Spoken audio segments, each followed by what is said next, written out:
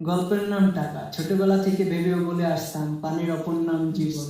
আসলে জীবন ধারণাটা এখন দেখি তার উল্টা। বর্তমানে টাকার অপর নাম জীবন। কথাটা কেন বললাম জানেন?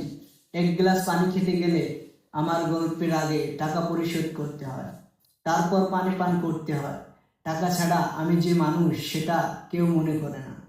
ছোটবেলায় একটা কবিতা পড়েছিলাম, থাকবো নাকো বদ্ধ করে, দেখবো এবার জগৎটাকে, কেমন করে ঘুরছে মানুষ যুগান্তের ঘূর্ণি পাকে। দেশ হতে দেশ দেশান্তরে ছুটছে তারা কেমন করে, কিসের নেশা কেমন করে, মরছে জীবের লাখে লাখে। কিসের আশায় করছে তারা বরণ মরণ যন্ত্রণা।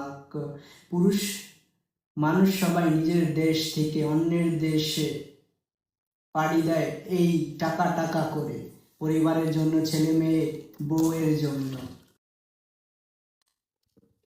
নিজের ঘর ত্যাগ করে ঘুরছে তারা টাকার জন্য, খেয়ে না খেয়ে, শুধু পরিবারের মুখে এক নেলা ভাত তুলে দিবে বলে। ছুটছে তারা টাকার পিছু, টাকা ছাড়া মুখে মিলে না হাসি। মরছে হাজারো পুরুষ পরিবারের টেনশন করে, বউয়ের মুখে হাসি না ফুটাতে পেরে। অথচ বউ স্বামীকে রেখে অন্য পুরুষের মধুর কণ্ঠ শুনে নিজের নিজের ইজ্জত দেয় বিলিয়ে। মরছে যে বীর লাখে লাখে। এই চিন্তা করে পুরুষ আশা করে যে পরিবার একটু ভালো থাকুক, ভালো পোশাক পরুক, ভালোভাবে খেয়ে বেঁচে থাকুক, তাদের সকল আবদার পূরণ করার জন্য।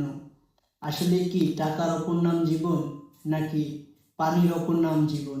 হায় রে টাকা, টাকা টাকা টাকা, টাকাবিহীন জীবন।